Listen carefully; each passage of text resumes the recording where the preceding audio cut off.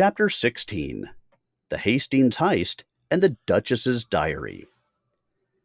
The seaside air in Hastings was briny, brisk, and, as Frank pointed out, full of opportunities to slip on kelp and embarrass oneself publicly. They arrived posing as the Featherstone Equine Restoration Society, a fiction of Edwina's invention so elaborate it had a crest. It features a boot, monocle, and a disappointed goose, Tabitha noted. Their target was a warehouse near the docks, marked in the smuggler's notebook.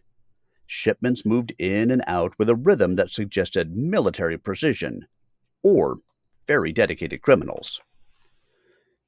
The final drop is scheduled tonight, Lewis confirmed, scanning the harbor through opera glasses.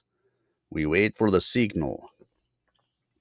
Inside the warehouse, a group of men loaded crates marked as vintage sherry, which, upon closer examination via Tabitha's impromptu reconnaissance, contained papers, ledgers, and, oddly, horse blankets embroidered with fake lineage signals. Meanwhile, Edwina visited the Duchess of Wintermere, a recluse known for her devotion to miniature horses and outrageous gossip. She was bedridden, but thrilled to host. Claude Bellamy? Oh, he dined here twice, she wheezed. Charming fellow. Smelled of cinnamon and intrigue. The Duchess produced her diary. Here, April 6th. Bellamy mentioned a letter from Canada. Said if anything happened to him, it was not an accident. May I borrow this page? Edwina asked politely. Of course, dear. It's only history until you turn it into a scandal. Back at the docks, the operation commenced. Frank and Lewis posed as inspectors. Amos and Lottie played dockside errand runners, slipping messages via sandwich wrappings. Wellington patrolled the crates. At the stroke of 9, a whistle blew. The team moved fast. You there, Lewis barked. Open that crate. We have orders from the Admiralty. The men hesitated. Tabitha and Sebastian arrived with false credentials and a wheelbarrow of urgency. Frank pried open a crate. Inside, documents. Dozens of counterfeit racing titles, stamped and sorted. Then footsteps. Plunkett, Hawthorne, and 2 men in gray, clearly syndicate enforcers. You just couldn't leave it alone, Hawthorne said.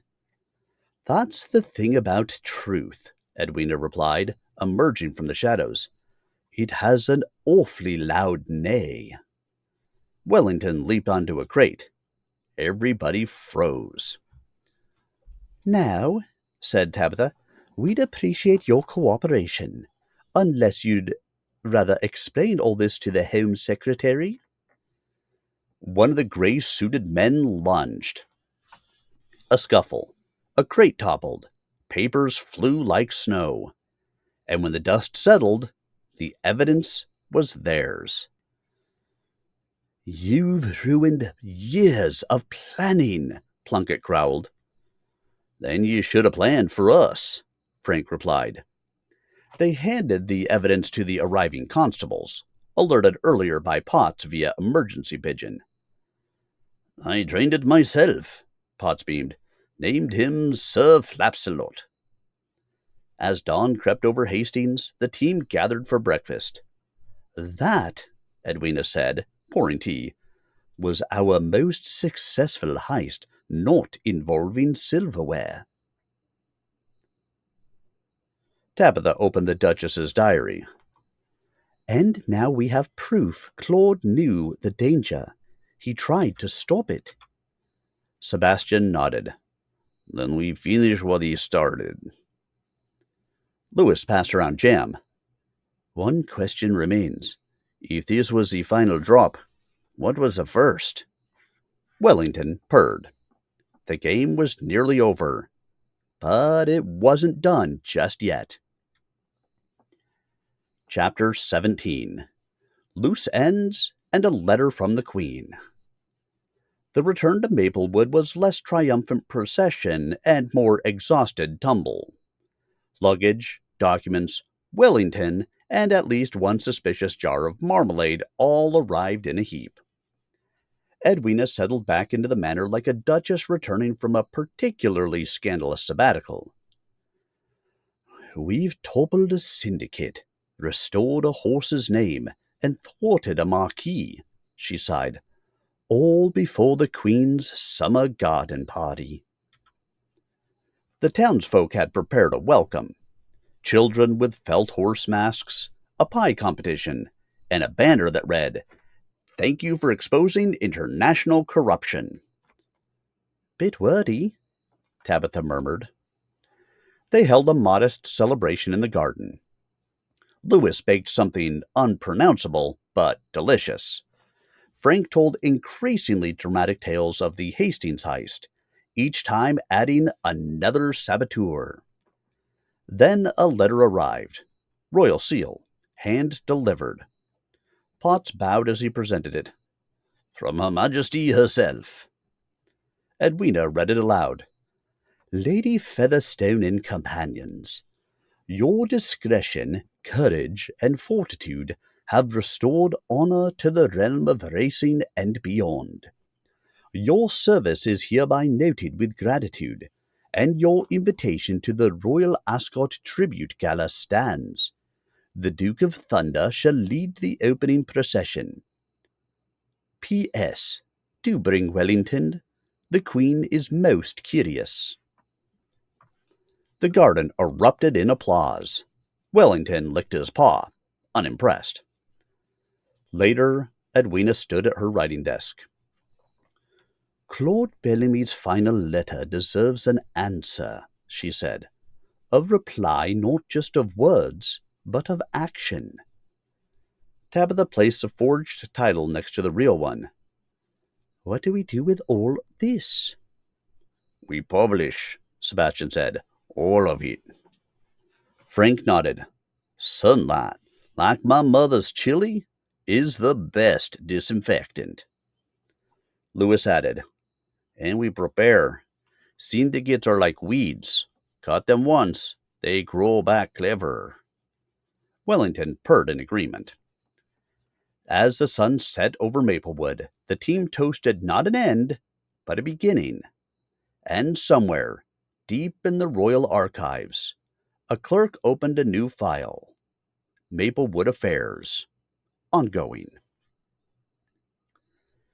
Chapter 18. Royal Ribbons and Revelations at Ascot. Ascot shimmered like a gilded dream. Royal banners fluttered. Brass bands tooted with military grandeur. Nobility and scandal alike shimmered beneath elaborate hats. Maplewood's mischief makers had arrived.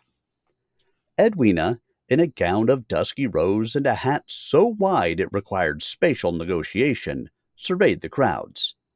Beside her stood Tabitha, wielding a lorgnette and wearing a gown made entirely from reclaimed upholstery, and Louis, dressed with quiet precision and carrying a pocket watch that had absolutely no intention of telling time. Frank wore a cutaway coat and a bolo tie, boldly ignoring tradition. Sebastian had polished his boots so vigorously they nearly blinded an earl. And Wellington the cat. Oh, Wellington. He rode into Ascot not in a crate, but in a velvet-lined basket balanced atop the Duke of Thunder. Children cheered, dames sniffed. Someone fainted, possibly from the hats. A footman approached. "The Queen will receive you following the procession. She's requested, your feline companion be brushed." "He brushes himself," Edwina replied with pride. The tribute race was grand. Thunder, carrying no rider, led the parade like the aristocrat he was. Behind him followed a selection of the finest horses in the Commonwealth, including the restored original thunder from Crowsley Hollow, now renamed Echo. Fitting name, Tabitha murmured. He's not a fraud, he's a warning. As the horses rounded the first bend, a commotion near the royal box caught Frank's eye. 2 men were arguing, one in livery, the other in a sharp gray suit. Lewis squinted. That's the men from Blackbridge. And the other, Sebastian whispered, was at Crowdsley. Tabitha tugged Edwina's sleeve. They're still here, watching. Edwina smiled without moving her lips. Then let them watch. We're not just solving a crime. We're rewriting the rules. After the race, they were summoned. The Queen's drawing room was tasteful, velvet-scented, and surprisingly cat-friendly. Her Majesty greeted them with warmth and a subtle smirk. I hear you've uncovered more rot than most of my gardeners. We do our best, Edwina said, curtsying. And I understand you plan to publish. Every truth, Tabitha said, even the inconvenient ones. The Queen nodded. Let the scandal be a lesson, and the solution an example. You've done the realm a great service. She turned to Wellington. And you, Sir Whiskers. Wellington sneezed on her shoe. She laughed. Knight him immediately. Outside, thunderclouds began to gather. Not the Duke, but weather.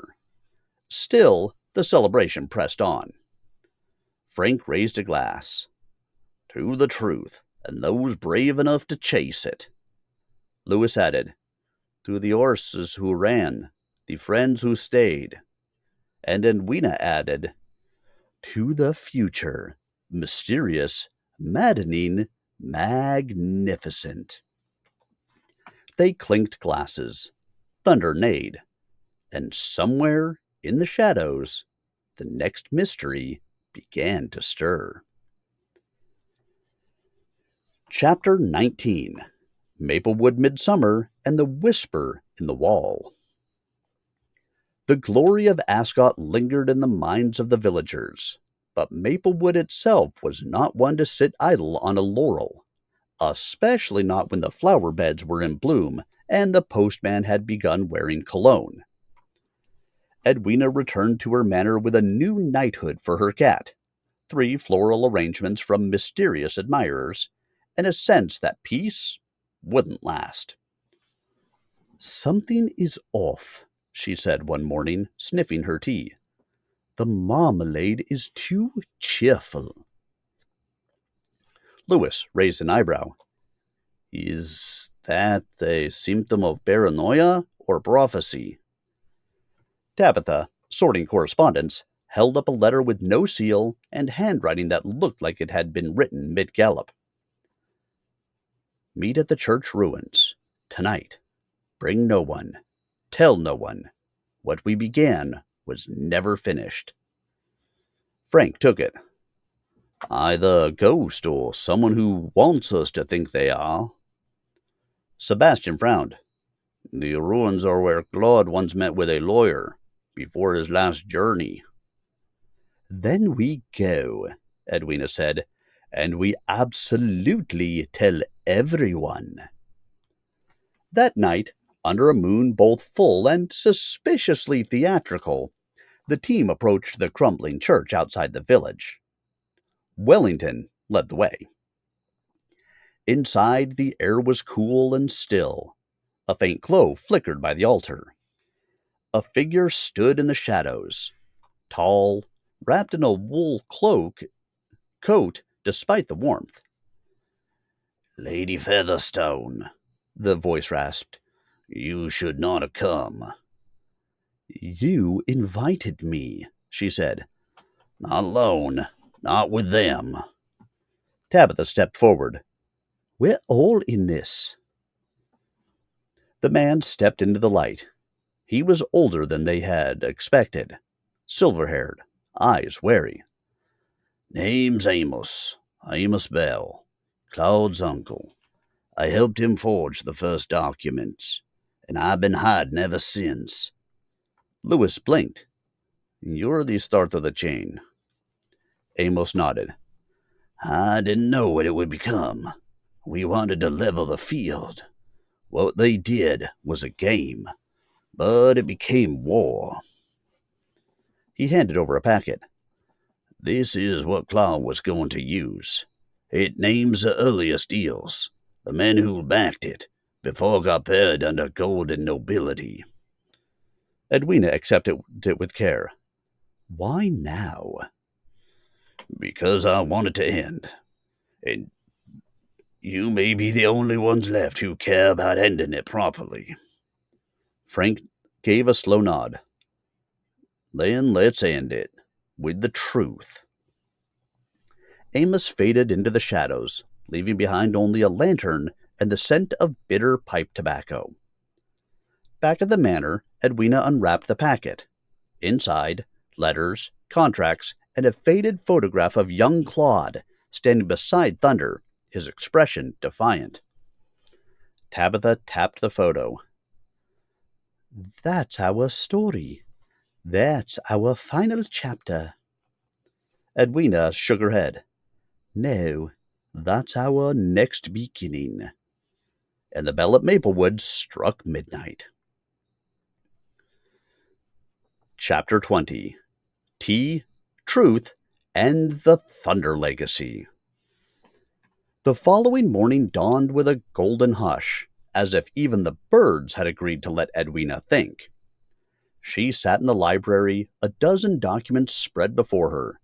The photograph of Claude and Thunder rested near the teapot like a silent witness. It's all here, Tabitha whispered. Names, dates, the first bribes, the first lies. Frank leaned over the table. And look at this. Amos signed over the title to a horse that never existed. A phantom racer. They placed bets, won thousands, and no one ever saw the animal. Lewis nodded. Fraud by fiction. A ghost thoroughbred. Clever. Corrupt. Sebastian added, And Claude wanted to undo it all, not just because he regretted it, but because he knew who they'd hurt. There was a knock. Potts entered with a tray of letters and a newspaper. Madam, he said gravely, you're in the Times. On the front page, Featherstone files to Rock Racing World. Edwina read aloud. An anonymous source claims Lady Featherstone and her companions are preparing to release a detailed account of racing corruption spanning decades. So much for subtlety, she muttered. They know. Wellington pawed at a ledger. That's the thing about cats, Lewis noted. They always know where to land. Tabitha gathered the papers. We take it to London, to the Royal Commission, with Wellington as mascot and Thunder as witness. Frank smiled. One last ride. By late afternoon, the carriage was packed. Thunder snorted proudly as the team boarded. Along the road, villagers waved them off, children holding makeshift banners, and the baker tossing cherry scones from the steps. In London, they were met with scrutiny, skepticism, and, after Lewis flexed his legalese, an official hearing date. The night before the testimony, they gathered in a small drawing room near Parliament. The packet lay on the table between them. We could vanish now, Sebastian said. No one would blame us. But history would forget us, Tabitha replied, and Claude deserves better. Frank lifted a glass. To the man who started it, and to the friends who finish it. Edwina raised her own. To Thunder, the real one, who ran faster than lies. And outside, in a modest London stable, the Duke of Thunder neighed into the night. The storm was coming, but this time they were riding into it.